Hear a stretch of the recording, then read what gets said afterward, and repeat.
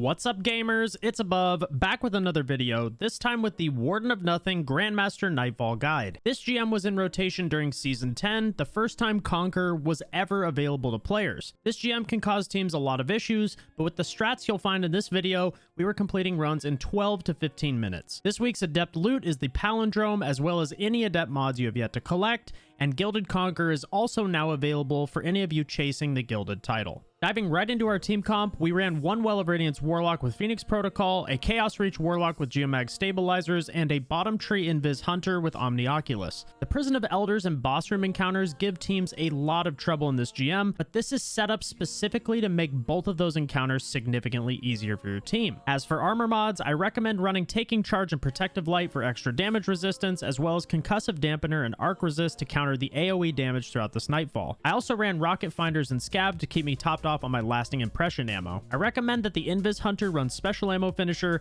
as Tether is the least important of the three supers in this team comp. As for weapon loadouts, we ran 2 Izanagis, 1 Divinity, and 2 lasting impression rockets for boss and champion DPS. We also ran 1 7 Seraph Saw for ad clear and Warmind cell generation. I recommend that the Well Warlock runs an Empowering Rift, while the Chaos Reach Warlock runs a Healing Rift. The Empowering Rift gives you the ability to insta-kill champions with Izzy and Div, and your Well Warlock will get their Rift back quickly due to the Benevolent Dawn perk within the Well of Radiance tree. All 3 champions will make an appearance in this GM, so plan accordingly. Make sure that the Divinity Warlock runs Sunder and Glare to further debuff enemies at range, and with all of that said, Void is the only shield type that actually makes an appearance in this Nightfall as long as you bake the final boss. Jumping right into the Nightfall, make your way to the opening encounter and throw down an Empowering Rift. The Overload champion will spawn up on the platform across from you, so apply div and take him out. Once dead, head left and have your hunter invis your team before running across the pipes.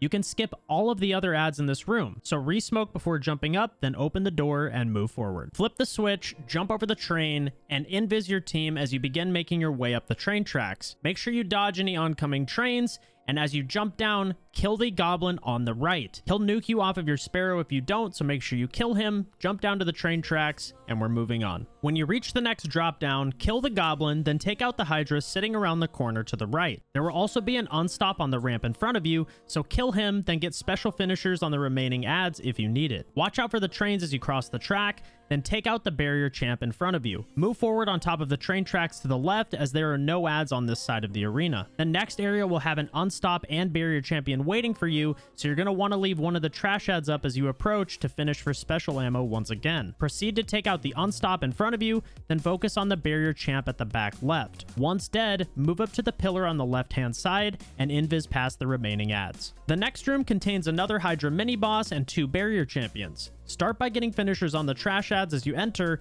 then focus on the Hydra. I like to use the head glitch on the stairs to the right to get a safe angle where you can't be seen by the barrier hobgoblins. Once dead, move up and pop a Well of Radiance behind the cover in front of the train tracks and take out the barrier to the top right first, followed by the barrier on the platform to your left. Once they're both dead, clear ads and get finishers where possible. Chaos Reach is fantastic for ad clear here, and once all the yellow bars die, a massive Minotaur Boss will spawn up in the middle of the room. Izzy, Div, and Lasting Impression rockets bake this guy, so once he dies, the remaining ads will despawn, and you're free to move forward. The room after the elevator is a great place to stock up on ammo, so get finishers on the ads at the beginning of the room near the pods, then push up and place a well near the box on the left. Clear ads and take out the 2 unstopped champions in front of you. Once they're dead, head left and smoke your team to skip the remaining ads. I like to re-smoke my team near the pillar at the bottom of the hill to make it safely to the elevator. Now for the classic Prison of Elders encounter. This one gives teams a lot of issues, but if you follow our rotation, this encounter is actually a breeze. Start by blowing up the barrels on your right to clear some trash mobs,